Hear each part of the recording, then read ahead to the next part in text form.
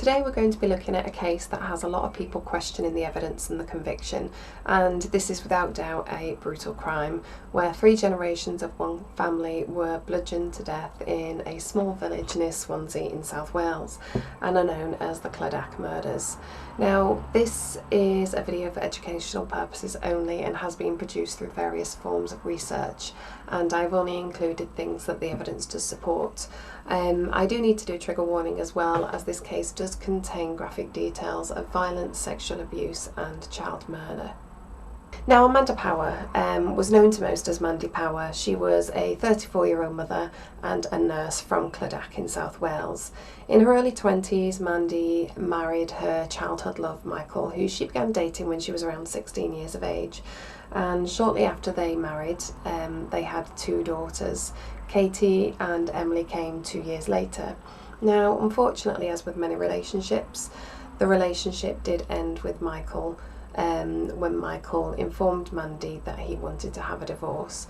He did leave Mandy with full custody of the girls, though Michael was present in the girls' lives, and they had a really good relationship, both Michael and the girls, and Mandy with Michael as well. It was very amicable. Now, fast forward to 1999, Mandy was living at 9 Calvin Road in Clydach. She'd been living there now for a number of years at this point. It was a small semi-detached house. She was living there with Katie, who was 10 years, and Emily, 8 years, and her terminally ill mother, Doris, who was 80-year-old. She was bedridden, she was disabled, and she was terminally ill. Mandy seemed, by all accounts, to be really happy at this point in her life. She had started to have a social life again and had started dating, though she had no relationship that was serious.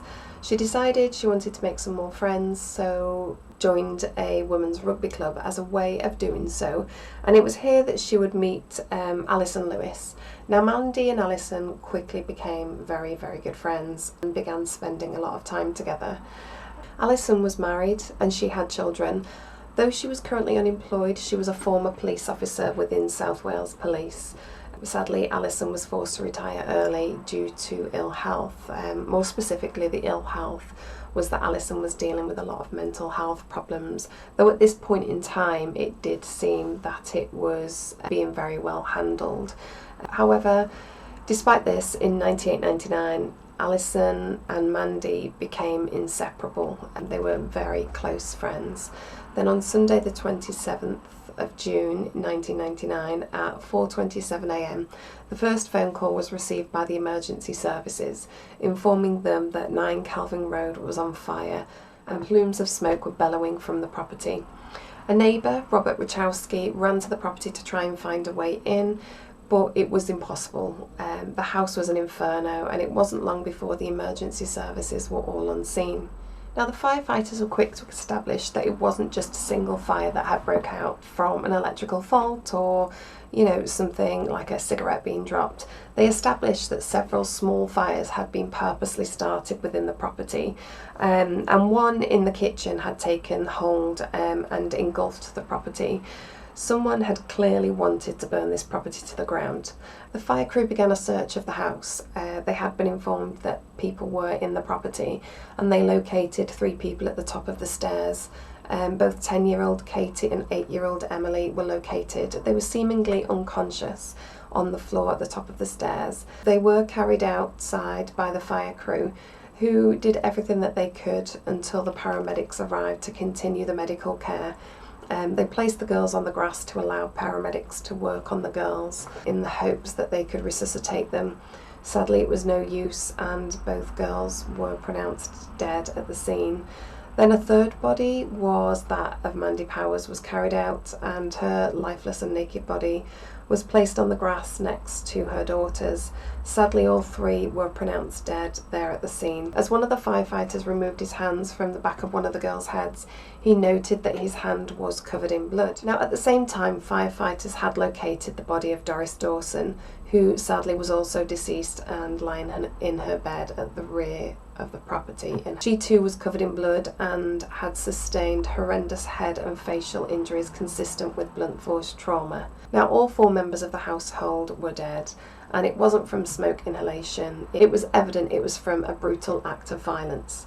Now, this same firefighter described what he saw inside the property, and he noted that the bath had water in it which contained what appeared to be blood, because the bath was tinged red.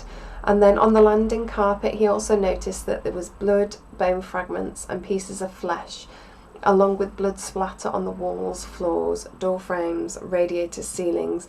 He said he'd never seen anything like it before. There was just blood or human matter everywhere that he looked on the landing. And at this point it was noted as well that the naked body of Mandy Power had a pink vibrator protruding from her vagina. And all 4 bodies showed signs of being subjected to horrendous violence. With blood and severe injuries to their heads, it was quickly established that the injuries could never have been caused by the fire, and the fire wasn't the cause of death. But evidence suggested all 4 of the victims, 3 whole generations of one family, had been bludgeoned to death and died from serious head injuries. Now, the responding police officer on scene was informed of these findings, and as with all crime scenes of this nature, they had a duty to notify the senior officer who was on duty at the time, and that evening the senior officer was D.I. Stuart Lewis. She informed him that his presence was required at the scene. Now, D.I. Lewis attended the scene but gave minimal instructions and bizarrely left the scene quite abruptly. Now, the bodies had been removed, and the autopsy later confirmed that the cause of death was blunt force trauma to the heads of all victims. Doris, Mandy, Katie and Emily had all been brutally beaten to death and subjected to horrific violence, resulting in all 4 of them being murdered. Now, based on the evidence, it was believed that the murder weapon was long and heavy, and the pathologist noted that it had been used with such ferocity that the skulls of all the victims were smashed in multiple places. And it was noted during the autopsy that Mandy Power was beaten the worst out of all the victims, with more than 40 injuries to her body, suggesting that she could have been the target of the attack. Mandy Power's skull had been subjected to horrific trauma, with her skull being smashed into 10 different pieces. She lost teeth and there were injuries to her neck. This suggested that she could have been strangled during the attack. Evidence suggested that Mandy did put up a fight, with her hands and arms showing self-defense wounds. You know, she was a mother that truly fought for the lives of herself and her daughters. Now, Mandy had been sexually assaulted. As I said earlier, there was a pink vibrator found protruding from her vagina. Forensics, however, stated that there was no semen present, and despite the vibrator being inserted into her vagina, there was no signs of trauma to the vagina, as in tearing, bruising or any other damage. This could suggest that the vibrator was inserted once Mandy Power had been murdered. Despite being completely naked, a silver watch was located on the wrist of Mandy. Now, this was peculiar because people later stated that they didn't recognise this watch as belonging to Mandy.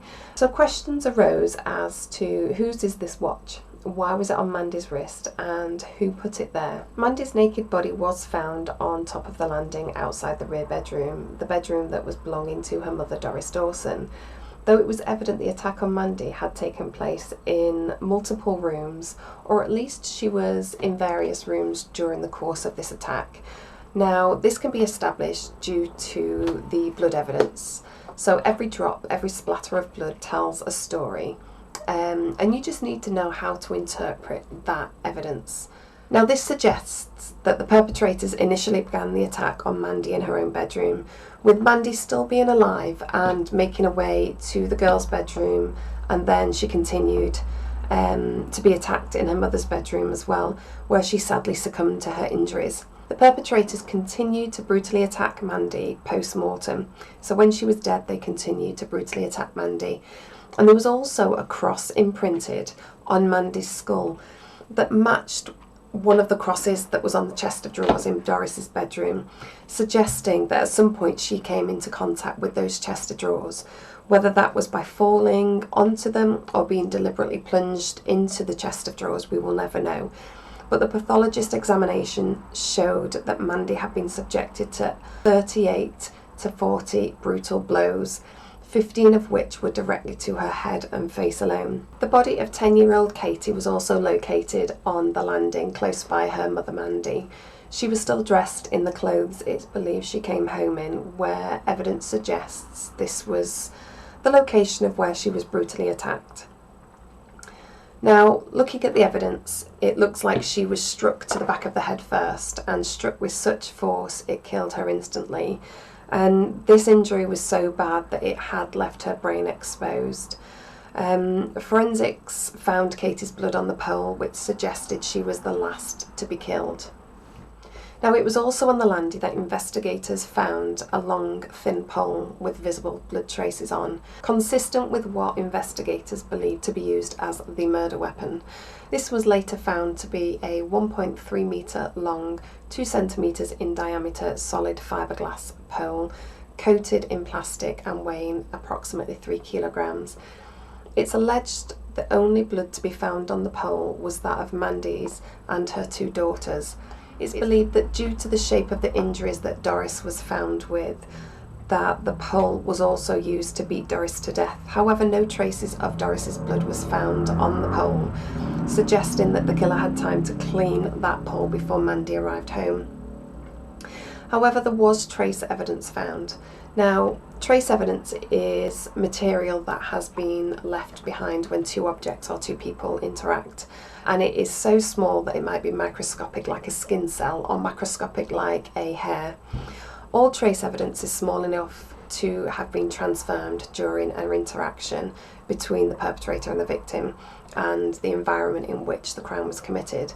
Now, physical evidence is any material object that plays a role in a crime. So this could be weapons or bodily fluids, and impressions, it encompasses a very broad category, whereas trace evidence is specific and often microscopic subset of physical evidence. 8-year-old Emily's body was located in the girls' bedroom, and she was partially undressed, as if she was getting ready for bed, and curled up in what was described as a cowering position. Like a fetal position. Now, evidence shows that this is where she was beaten to death, and pathologists suggested that Emily was probably unconscious from the very first of 15 brutal blows to the head and body. She sustained numerous facial and skull fractures. She was missing teeth, and they were located on the bedroom floor. So the blows were that brutal that it knocked her teeth out.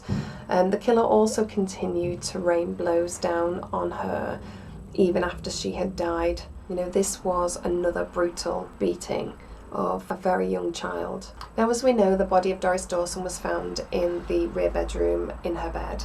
Her pillow and her nightdress were blood-soaked, and it's believed that she was the first of the victims. Not only was Doris a defenceless pensioner, but we know that she was disabled and bedbound. And on examination, injuries show that Doris was struck several times to her chest, and she was also hit with such force directly to the face that the impact crushed her skull and her jaw had come away. She was facially unrecognisable and only recognised due to her still wearing her wedding band. Now, the killer had also strategically stuffed paper around the body of Doris and tried to start a fire by setting this paper alight. However, this didn't take hold, and it's assumed that this attempt at fire was to destroy evidence. Now, investigators found what appeared to be an engagement ring placed on the stomach of Doris, and later they found an empty ring box in the living room. So this raises all sorts of questions that at this point couldn't be answered. Now, evidence-wise, on the floor in Doris's room, forensics found the imprint of a trained sole on the carpet that was made with blood, some various other bits and pieces, and a heavy 9-carat gold St. Christopher necklace that was broken. Now, the clasp and fastener were missing off this necklace, and it was covered in blood, and it had traces of dust and specks of paint. Now, forensics later discovered this to be Mandy Power's blood that was on this necklace. However, there were no fingerprints or DNA found on the necklace to identify its owner. Now, this gold necklace, South Wales Police theory was that it had to belong to the killer, and it was ripped off the neck during the commission of this crime. However, the actual evidence doesn't fit this theory of South Wales Police. This necklace wasn't broken in such a way to suggest that it was pulled off a neck. There was no gaping clasp to suggest that it had been removed by force. No links were stretched into an oval shape to suggest that it had been pulled and stretched by force either, indicating where it was pulled off the neck and the damage occurred. There was no broken off piece found that would have been able to fix the two ends of the necklace together as well. So, if you're pulling a necklace and it snaps, there's going to be a piece found in that location, or even still on the necklace, that has broken to suggest this is where, the necklace had snapped. There were small specks of white paint on this necklace and a piece of wire attached that appeared to have been used as a temporary repair. Again, this wasn't stretched to suggest that it had been pulled. In fact, there was no evidence at all to suggest that this necklace was worn during the commission of the crime and broken during this crime. There could easily be an innocent explanation as to why this necklace was there, and at this point it was purely police theory. Also in Doris's room, the ceiling light was broken, and from the position of the body, the light and the injuries to Doris, it's believed that as the killer has raised the murder weapon into the air to strike Doris as she's led sleeping in her bed, they've actually caught the light and smashed the bulb, in turn blowing a fuse that plunged the house into darkness. Now, Doris was beaten to death and the killers needed to fix the electrics. Now, the killer went into the bedroom of Katie and Emily and removed their TV that was set on top of a chair, placed it down onto the bed, took the chair downstairs to where the fuse box located, and this was in the downstairs toilet. And they used the chair to climb up and access the fuse box and saw the trip that had occurred due to breaking the light whilst killing Doris. Now, this highlights that not only did the killer have enough time between killing Doris Dawson and the killings of Mandy, Emily and Katie in order to be able to fix the fuse, it shows that the killer was confident enough to fix the fuse in between these murders. Did they know how much time that they had before Mandy was going to return? And also the chair from the girl's bedroom that was used to fix the fuse box had no traces of blood on it. Yet the TV set in the girl's bedroom had blood spatter all over it. Now, this means that the murder of Emily, the younger of the two girls, which happened in her own bedroom, must have happened once the chair and the TV had already been moved. If she would have been killed first, there would have been blood spatter all over the chair and the TV, but since it was just on the TV, the chair had already been moved before she was killed. So this was a very interesting piece of information for the police to know early on, because it gives a timeline of who had been killed.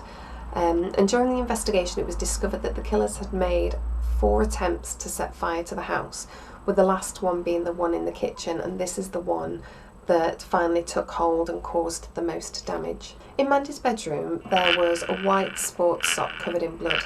Traces of fiberglass and plastic, the same as that of the murder weapon, were found on the sock as well. So that suggests that the killer wore the sock on at least one hand as a glove, either not wanting to leave fingerprints or DNA behind. And this also shows that this was a premeditated crime. It shows that there was planning. Investigators also found 2 bloody handprints, both of the left hand on the carpet in the living room, right near where the television was located. Forensic pathologists said that one of the handprints in particular looked like it could have been made by a hand inside a blood-covered sock or a bare hand. So he wasn't 100% on that. He said it could have been one or the other. Now, investigators also found a photograph of Katie and Emily that the killers had deliberately tried to burn, which alone poses so many questions as to why. A photograph of 2 beautiful innocent girls, 2 beautiful innocent children, what did it represent to the killer? Were they jealous of these girls? Were they an obstacle to the affections of Mandy? Who knows? Now, investigators also discovered, as we pointed out earlier, that the firefighter noticed that the bath had been filled halfway with water, but the water was red due to it containing blood. However, they noted that the blood was only really in the bathtub. There was no obvious signs of blood splatter on the floor or the walls that would show evidence of a struggle or it being an attack location. However, it was later found that trace blood evidence was on the soap, the shower curtain, the shower wall and the shower control unit, clearly indicating that the killer had taken time to shower. In fact, the evidence also shows that they had taken Mandy's body to the bathroom and washed her. Now, what was the reason for that? By taking Mandy's body back into the bathroom and bathing her, it's a very intimate act. It's symbolic even. It could be showing regret because they're showing the body care. Even though they've just murdered Mandy, they're taking the body into the bathroom and they're bathing it, which shows care. Also in the house was located Mandy's mobile phone, and it was quite damaged due to the fire, and forensics later found that there was nothing of evidential value on Mandy's phone at all. Now, despite Mandy Powers also being sexually assaulted, there was no trace of semen either on Mandy's body or at the crime scene altogether. Now, at this point, it is believed that Mandy was the main focus of this crime. However, no one could think of any reason why anyone would want to do this to Mandy or her girls and her mum. So the question of any crime, here is who did this and why. It was clear that this wasn't a burglary, as there didn't appear to be anything missing. In fact, there was a necklace and a watch and a ring that show burglary wasn't the intent, because they would have been left behind. So this was a personal crime, and it was planned and meticulous, and the evidence shows this. Now, in a crime like this, partners or ex-partners become the primary focus, so anyone that the victims were involved with. And as the father of Katie and Emily, Michael Power had been informed of the murders and quickly cleared. He was absolutely distraught, and the investigation showed that he had no motive. He had absolutely nothing to gain from this, and he also had an alibi of that night because he was at home with his girlfriend, and she also attested to this. Now, from speaking with neighbours, family and friends, investigators started to compile a list of persons of interest and persons that they would actually want to speak to during the course of this investigations. And they did question a lot of people, particularly those Mandy had had a romantic or sexual encounter with. Some of these were married men and some of these were not, but police questioned them, as at this point every line of inquiry needed to be followed. Now, time was ticking and almost a year and a half had gone by, and there were no major developments in this case. The police were no longer to solve in this crime than the day that it actually happened, and it's fair to say that they were struggling. They had lack of leads, minimal evidence, and they were very much relying on the public information and all the appeals that they were doing. And despite other evidence that was located at the crime scene, police focused on the gold necklace.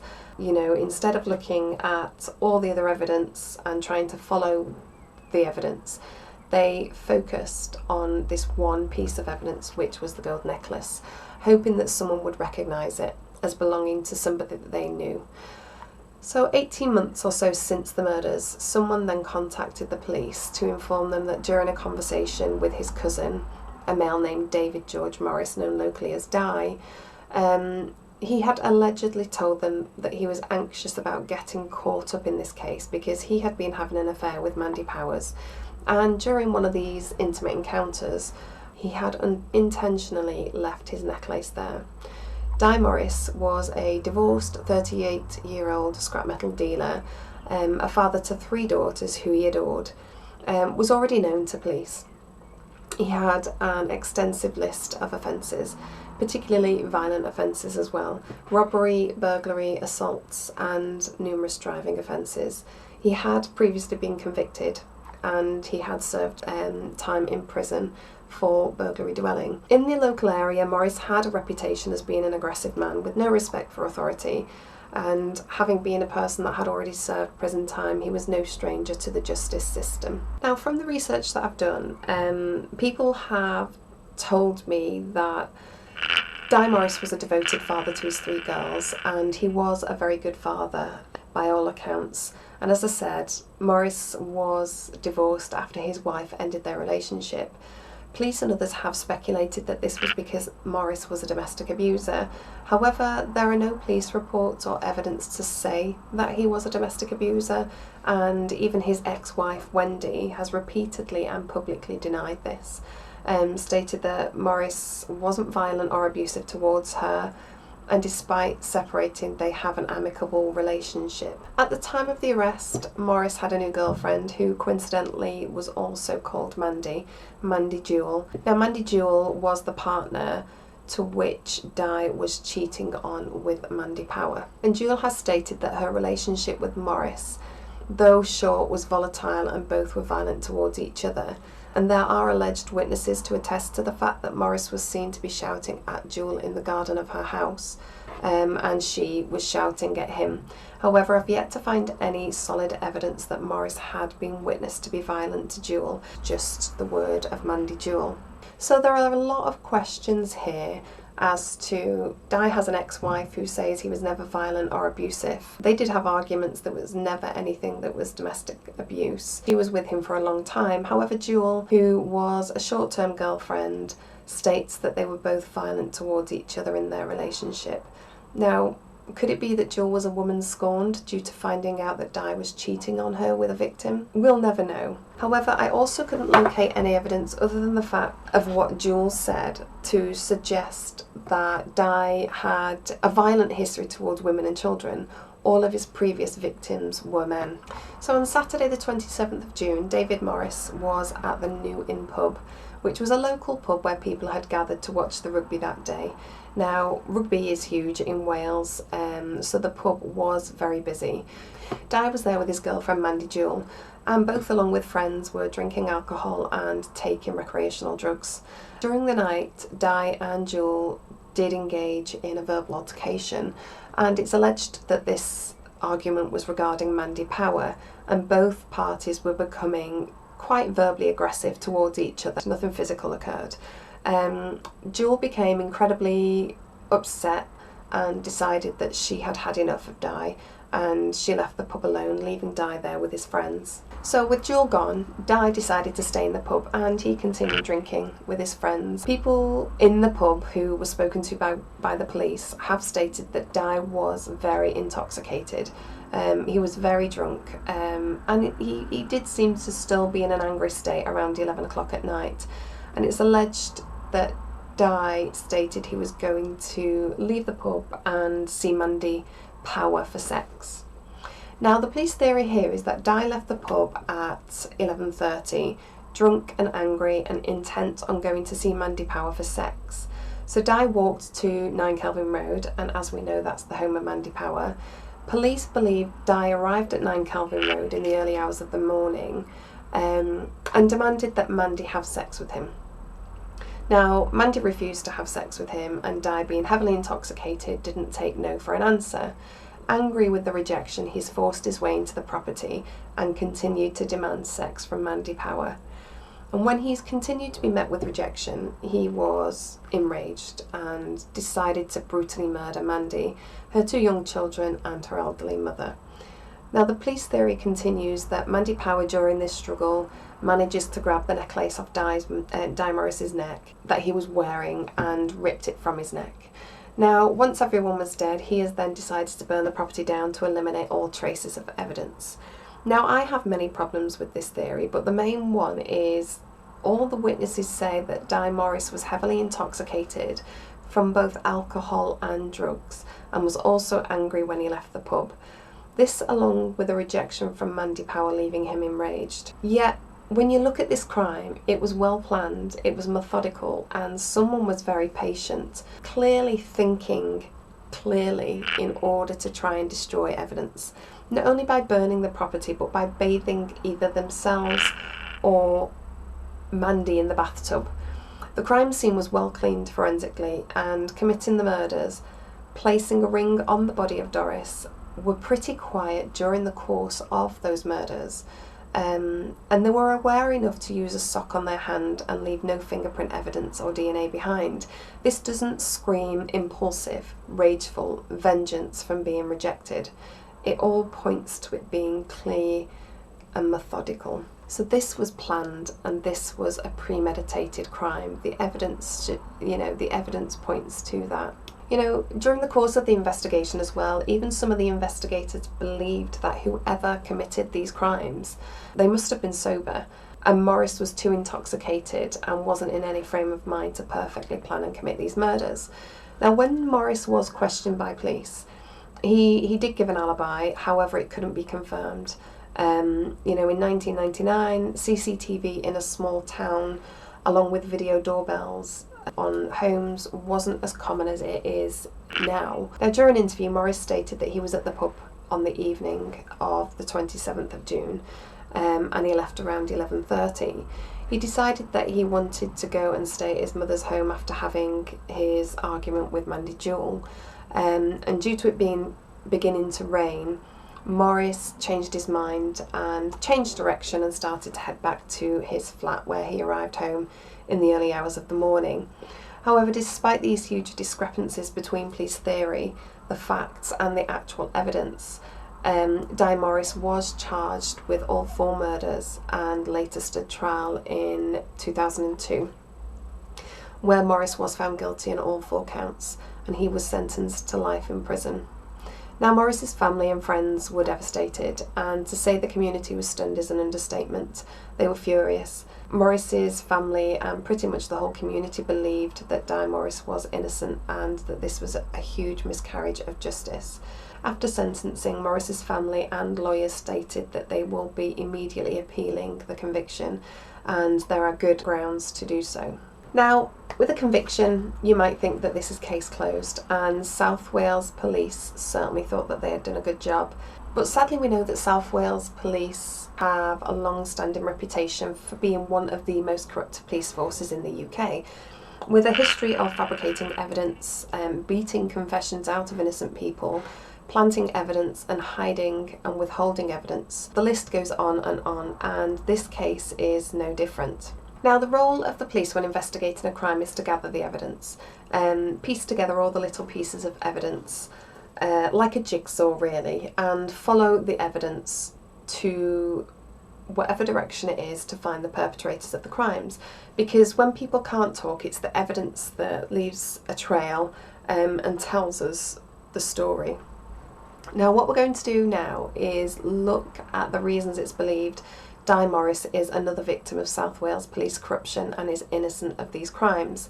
And I'm going to discuss lots more evidence that point to more likely perpetrators of these crimes, and the reason why South Wales Police needed another perpetrator at any cost. So, as I mentioned earlier, someone overheard Di Morris state to his friends in the pub on that night that he was going to leave and go to Mandy Powers to have sex with her. However, of all the people in the pub that night, and it was a busy night because of the rugby, the only person who allegedly heard Morris say this was an off-duty South Wales police officer. Now, this police officer didn't come forward with this evidence at the time. They came forward 18 months later when they just happened to remember. Now, being a police officer, they would know that any piece of evidence is vital to a case. And if Morris actually said Mandy Power by name, and then the following morning a Mandy Power was found brutally murdered, that's not something that you would forget and take 18 months to remember. It's a piece of information that you would take straight to the police, even if it's direct to your supervisor. You wouldn't forget that piece of information. And in the investigation that followed, it was established that Mandy and her 2 daughters had been out babysitting her nephew on the evening of the murders and arrived home by taxi at 23:48. Now, this time can be confirmed as the taxi driver, Keith Duffy, had informed police during the investigation. Then at midnight, Rosemary Jones, an elderly neighbour who lived directly opposite 9 Kelvin Road with her son Vaughan, told police in her statement that her son and his girlfriend Fiona were stood outside their property waiting for a taxi to take Fiona home. Now, they were outside for approximately 15 minutes, and come 12:45 Fiona had left in a taxi. During this time, Rosemary states that 9 Kelvin Road was in darkness. There was no noise coming from the property, so her son and herself went back inside their own property and went to bed. Now, Rosemary then states that she was woken between 1 a.m. and 1:30 by the loud and distinct noise of a diesel car. Rosemary got out of bed and she had a look outside, and what she saw was a car that stopped directly outside 9 Kelvin Road. She then noticed that a passenger got out of the front passenger side of that car, and the car drove away. This passenger then headed directly to the front door of 9 Calvin Road and used what appeared to be a key to open the front door, enter the property and press the light switch which was on the wall, and then close the door behind them. Rosemary states that this person seemed very familiar with the property because the hall light came on. Rosemary Jones stated that she could see an outline, a silhouette of a person who entered the property. However, she couldn't make out whether it was a male or female due to the frosted pane of glass on the front door. Yet because of this, it enabled South Wales Police to estimate the approximate height of this person. Now, I haven't found anything that gives that approximate height in any public records, so I couldn't confirm any height of this person that Rosemary Jones had seen enter the property. Then at 1:20 a.m. that same night, another taxi driver states that whilst he was dropping off a customer again on Calvin Road, he noticed a red Peugeot car parked outside 9 Calvin Road with 2 males inside that vehicle. Now, a witness came forward the day after the murders to inform police that she saw something that she believed was suspicious the previous night. As she was driving home, she states that she saw a man who was walking along the pavement near Calvin Road at about 2 a.m. in the morning, on the morning of the murders. And being a small town, thinking that she might know who this person was, she pulled the car up to him, opened the window to see if it was someone she knew, who it was, and offered them a ride home. Now, this man looked directly at this witness, and she realised immediately that she didn't know him, so she drove away. She did state that she got a very good look at him and provided police with a very detailed description, and that description is as follows. He was a white male, around 6 foot in height, 30 to 40 years, stocky build, with dark hair, and he was wearing dark jeans with a black shiny bomber jacket and carrying a bag. She even stated to police that the jacket he was wearing was very much the same as the jacket that the police officers were wearing. Now, this witness, Nicola, later met with a police sketch artist and produced an e-fit of the man that she saw. And when the sketch was completed, she stated it was almost exactly like the man that she had witnessed that night.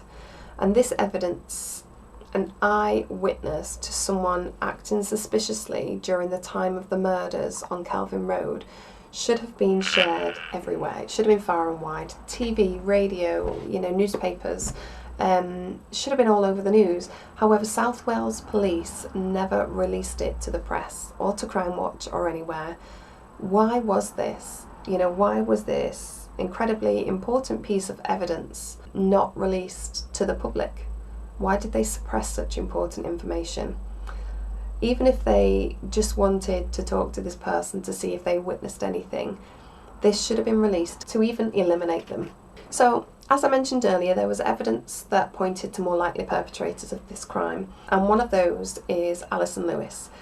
Now, Mandy Power's recent best friend, with whom she met at the rugby club and became very close with very quickly, witnesses state that Alison was present on Calvin Road when the emergency services were present and when the bodies were discovered. Now, they state she was visibly distraught, inconsolable even, and on being questioned by police, it was quickly established that Alison and Mandy had been involved in a secret affair. Now, as we know, Mandy Power was single after her divorce and had no serious relationship. On the other hand, Alison was married with children and had been lying to her husband to hide the affair, using the role of being a very good friend to Mandy, who was struggling to cover her lies to her husband. Now, Alison had always known that she was bisexual, and it's known that she had a crush on her school female teacher when she was younger. However, Alison had suppressed these feelings and only had relationships with men, and she had been married for a long time. Though Alison and Mandy had originally met at the rugby, there was never any alleged attraction between them until Mandy invited some people round to her home for a little gathering in the hope that she could make some friendships. Now, Alison was one of those people, and Alison fell for Mandy straight away. Seeing her dressed up, all nice and feminine and not in her rugby kit, Alison saw Mandy for the beautiful woman that she was. When Alison saw and fell for Mandy that night, all of those feelings that she had been trying to suppress all over the years had came back. And believing Mandy was not interested in women, she didn't think anything could happen between them. However, Alison allegedly overheard Mandy telling someone that she found Alison attractive. This obviously gave Alison the confidence to make a move on Mandy, and that night is when the affair began. They became inseparable, but to everyone else, they were just the best of friends. Mandy's death broke Alison to the point where she went home, and it's alleged that she had been seeing and speaking to Mandy and making actions as if Mandy was stood in front of her. You know, she was telling friends and her husband Stephen that she didn't want to live without Mandy, and even tried to commit suicide by attempting to jump out of her bedroom window. Now, being a known lover of Mandy, Alison became a person of interest and was therefore questioned by police. She informed the police that her relationship with Mandy was more than friendship. Obviously, it was a sexual relationship. She didn't want her husband to find out. Alison's husband, Stephen Lewis, however, was going to find out about this affair. You know, he was a police officer within South Wales Police, and he also had an identical twin brother, Stuart Lewis, who was also a police officer within South Wales Police, and this information was vital to the case. Investigators told Alison her husband Stephen could be told about the affair by them, or Alison could tell him. So Alison decided that it would be best for her to tell Stephen. So when she told Stephen, it's alleged that he said he was going to divorce Alison as soon as possible. And investigators also became aware that Alison was one of the last people to see Mandy and her family alive. Now, as all of this was unravelling, it was apparent that there are a lot of possible motives here that needed to be investigated further. Now, in their lines of inquiry, police questioned friends of both Mandy and Alison, who stated that Mandy was very sweet and quite naive and let people walk all over her, in comparison to Alison, who was described as a very dominant person, very possessive and known to be quite controlling. Police were also made aware that Alison and Mandy had recently had a huge argument and separated for a brief period of time shortly before the murders. It appears that Alison found out that Mandy had been telling people she had cervical cancer, when in fact this wasn't the case at all. Mandy didn't have cancer, and she had been lying to everyone in her life. Now, understandably, Alison was very angry about this. She felt hurt and betrayed, and they separated for a short period of time. However, they did end up coming back together and getting the relationship back on track shortly before these murders. Mandy's friends also told police that they believed Alison had a key to Mandy's house. Alison has always denied this. Alison was never found with a key, and a key is small, so it could easily have been disposed of.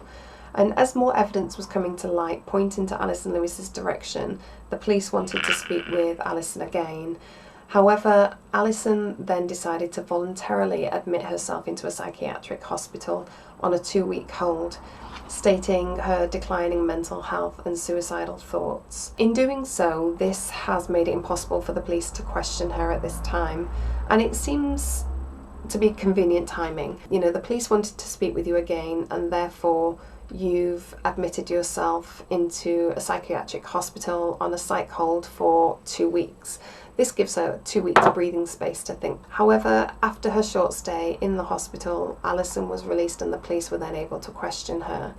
And there are so many questions that need to be answered. Alison stated to police that she was in bed all night, sleeping along with her husband, Stephen Lewis, and she was woke when she received a telephone call from a friend around 6 a.m. informing her of the ongoing circumstances at 9 Calvin Road. Approximately 90 minutes after the discovery of the fires, Alison then phoned her husband, serving police officer Stephen Lewis, who was about to arrive at the police station where he worked, but he said to Alison that he would return home, pick her up and take her to 9 Calvin Road. Alison stated that she arrived at 9 Calvin Road about 8 o'clock. However, Alison's version of events was completely different from numerous eyewitness testimonies, and those eyewitness testimonies stated that Alison, who appeared freshly showered with wet hair, was one of the first people at 9 Calvin Road. the scene of the murders before the victims' bodies were being brought out of the house. And this was at approximately 6 o'clock in the morning, documented in both police and fire files. So that is a timeline that can't be manipulated. Now, this is the same time that Alison stated that she was waking up to a telephone call. Now, 2 hours is quite a time difference, isn't it, between the witnesses saying that they saw Alison present at the scene and Alison saying that she was waking up at 6 o'clock when she got that first telephone call. Now, I can't also find anything of the police doing phone line checks. So obviously with telephone providers, they could have checked when Alison got this telephone call, whether it was 6 o'clock in the morning, and I can't find anything that has confirmed or denied that, so whether that was done or not, I don't know. And don't forget, evidence suggests that the killer was also confident enough to have showered after the murders and bathed Mandy's body. With Alison turning up at the crime scene having been freshly showered with wet hair, was this Alison? So the question here is to why would these witnesses lie, and they had absolutely nothing to gain from doing so, but we know why it would be possible for Alison to lie. Now, obviously Alison said that she was home asleep with her husband Stephen at the time, and this isn't a solid alibi. It's certainly not when the only person who could corroborate that is your husband, even more so when the evidence started to point in the direction of Stephen Lewis, Alison's husband, and also his twin brother Stuart Lewis being involved in this crime. So both Stephen Lewis and his twin brother Stuart Lewis are both serving police officers at this point. They are both serving with South Wales Police, who were the police force covering the area of this crime and investigating this crime. And it's understood that a few days prior to the murders, Mandy had confided in a friend that Stephen Lewis, Alison's husband, had actually threatened Mandy and warned her to stay away from Alison, and if she didn't, he would kill her. Now, this was backed up by another witness who stated that she had witnessed Stephen Lewis outside Mandy's house, shouting aggressively at Mandy, and she actually overheard him saying, "If you go near my wife again, I'll kill you." Now, at this point, Mandy was in the doorway of her home, her hands covering her head. She was crouched down on the floor like she was protecting herself. And this was while Mandy's daughters, both Katie and Emily, were sat on the stairs in tears. They were scared of Stephen being present at the house and threatening their mum. So when Stephen was questioned by police, he actually admitted that this was true. He states that up until the day of the murders, he had no knowledge of Mandy and Alison's affair, and only found out when the police told Alison to tell him. Now, the question here is, why would Stephen threaten Mandy a few days prior to the murders if he didn't know about the affair that his wife was having with Mandy? And more specifically, why would he use the words that Mandy had to stay away from his wife or he would kill her if he didn't know about the affair?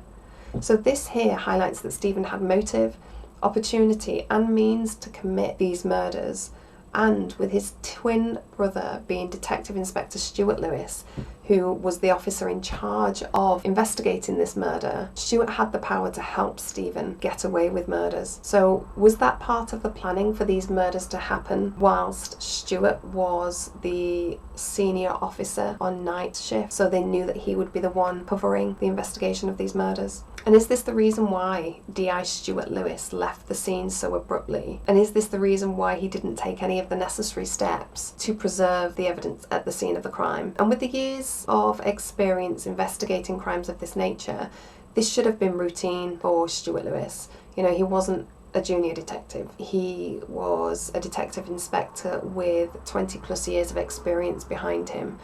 It's also worth noting here as well that Stuart Lewis didn't actually have an alibi for the night of the murders.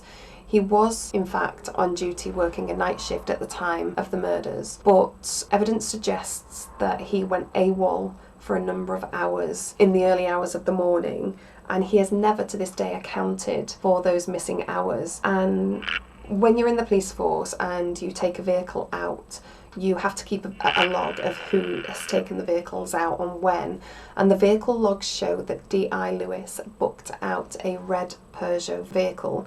Now, a red Peugeot vehicle was what one of the witnesses said that they saw on Calvin Road earlier that evening as well, and most police vehicles are diesel vehicles as well. So that is a really important piece of information there as well. And not only that, the man wearing the police-like bomber jacket that the witness Nicola saw at 2 a.m, walking who she considered giving a lift to, looked exactly like the police sketch that Nicola had created with the sketch artist. And not only did it look like Stephen Lewis, but he had an identical twin brother, so it looked like Stuart Lewis too. Now, is this the reason that the police never made this public? Because the sketch artist had created an e-fit that looked exactly like one of their own. Now, 15 months later, this witness, Nicola Williams, also did a police lineup, and without hesitation, she picked out Stephen Lewis out of that lineup as the person that she had witnessed on the night of the murders. So not only do we have an e-fit now that looks like Stephen Lewis or Stuart Lewis, we also have this witness picking Stephen Lewis out of a police lineup as being the person that she saw on the night of the murders. Now, Dye was originally convicted in 2002. However, in 2005 his conviction was overturned by the Courts of Appeal because his defence solicitor had a conflict of interest within this case. So that meant that Dye didn't receive a fair trial. A retrial was ordered, and in 2006 the retrial was heard at Newport Crown Court, where he was found guilty of all 4 murders and again sentenced to life in prison with a minimum of 32 years. Now, over the years, new evidence has been found and submitted to the Criminal Case Review Commission, who is the CCRC for short, multiple times, but they have refused to refer it back to the Courts of Appeal, stating that the new findings did not undermine the conviction. Now, the defence have been requesting forensic evidence be reviewed again and again, given the new advances in technology and forensics. And in 2021, a forensic review examined a small piece of evidence again. However, this didn't definitively link Dye Morris to any of the crimes. There was nothing new that came from this. And there was an awful lot of evidence that the defence were asking to be reviewed, but the police only wanted to do what they wanted to do, which unfortunately still leaves a lot of evidence that should be looked at, really. Now, the support for a thorough testing of evidence requested by the defence has also been publicly supported by some politicians, including high-profile MP John McDonnell, and this includes the sock and the murder weapon, as the evidence suggests the sock was on the killer's hand inside out, and the police forensics didn't test the inside of the sock where the killer would have left DNA traces, and the metal pole that a forensic expert believes the killer could have held the centre of the pole, and again forensics were only tested at the ends of the pole. So this is something that, you know, with a crime of this nature, we should make sure everything has been tested to the best of our ability to make sure, one, that we get justice for the family and the victims, and two, that the right person for this crime or these types of crimes is the one that we send to prison. And there's another thing that interests me, and that is the evidence that has been suppressed under the PII. Now, the PII is public interest immunity, which is suppression of relevant evidence by the state to the accused. Now, the law states that where the threshold is met and the public interest is not making disclosure outweighs the interests of the accused having the full disclosure. So in simple terms, that means that the states say it benefits the public not to give the accused the information. But this could also mean it could be detrimental to the case if this piece of knowledge became public knowledge, if this piece of evidence became public knowledge. Now, this law is supposed to be used in exceptional circumstances because suppression of evidence goes against someone's human rights. However, the overuse of it has also allowed it to become more normal practice. And there's a couple of cases that you can have a look at to see how it has been improperly used in miscarriages of justice. Now, one of those is R versus Davis, Rowan, Johnson, a 1993 case known as the M25 murders. And there's another one, R versus Judith Ward, a 1992 case of the M62 bombing. Now, PII is an area of the law of evidence characterised by some of the gravest miscarriages of justice in our country for decades. So what is it that they are using this piece of law for? To hide evidence within this crime so the defence don't have access to it. This was a piece of law that was made to be used in national security cases, but it has been overused so much that it's now normal practice for it to be used in murder cases. Sadly, after 22 years in prison and maintaining his innocence throughout, on the 20th of August 2021, after collapsing outside his cell at HMP Long Lartin, and despite attempts for resuscitation, sadly Morris died.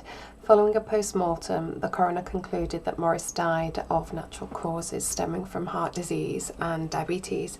Now, unfortunately, since Di's death, any support from the MPs has ceased. And I guess when someone dies, people believe that there is no urgency. However, the fight for justice and the fight for the truth should never end, really, and the family has promised to continue this fight. Now, the funeral was held for Di, and the streets were lined with hundreds, if not thousands, of people who were there in support of both Di and the family. Now, what actually happened inside 9 Kelvin Road on this fateful night is only known by the victims and the killers. But what the evidence tells us is the killer was somebody local, someone known to the family, someone who knows the house and has been in the house before, so they were very familiar with it and quite comfortable being in that house. Now, the attack on Mandy shows that she was the target of this crime, and Emily and Katie and Doris, sadly, could have been collateral. Maybe they were in the way, or they were witnesses and could identify who the perpetrator was. Now, to me, this is a very personal crime.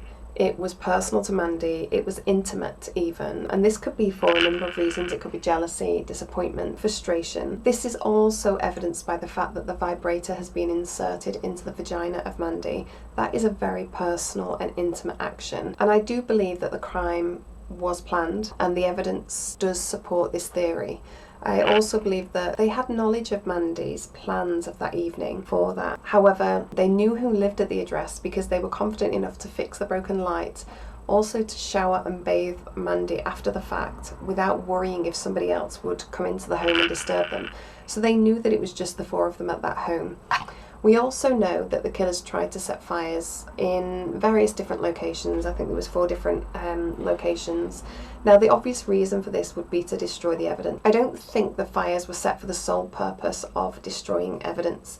Yes, there was evidence all around the house, and this would have all been destroyed if the fires took hold. But I do believe that the killer had intentionally set out to burn images of the family to start those fires, and by setting fire to Doris's body as well, and a photograph of 2 girls. The killers were making a statement here, and this statement is a personal one, and it's to destroy a whole family and leave no trace of them behind. And why was the reason? Now, none of us know 100% that Di Morris is innocent, and the fact is we will probably never know for certain what happened in Clydach that night. However, when we convict someone, we have to be certain. We have to believe beyond a reasonable doubt that this person is guilty of these crimes. But given what we know through our investigation and the evidence that we now know of, it's very difficult to see how any jury in full possession of the facts would now convict David Morris of these crimes.